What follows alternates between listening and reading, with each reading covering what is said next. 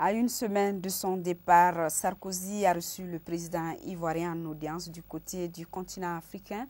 Le scrutin français a été suivi avec beaucoup d'émotion pour le continent. Hollande peut être une nouvelle espérance pour le monde. C'est probablement la dernière audience qu'il accorde à un chef d'État africain. À une semaine de son départ de l'Élysée, Nicolas Sarkozy reçoit Alassane Ouattara, qu'il a contribué à installer au pouvoir en Côte d'Ivoire. Les liens solides entre les deux hommes d'État sont vivement critiqués par le Front populaire ivoirien.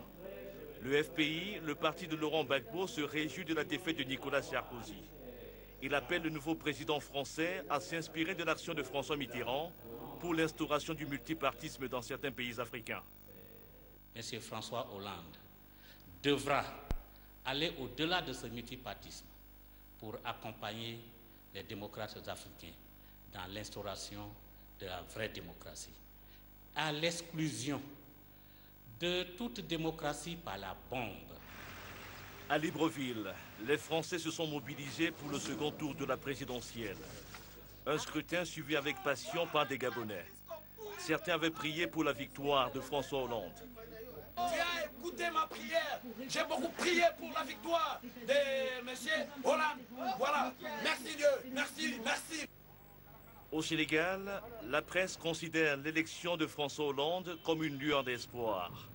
Une opinion partagée par de nombreux habitants de Dakar. Ils ont besoin de l'Afrique, l'Afrique a besoin d'eux, surtout les pays qui ont...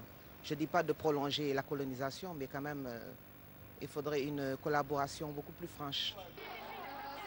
De tous les hommes politiques africains de premier plan, un seul est venu fêter la victoire de François Hollande à Paris.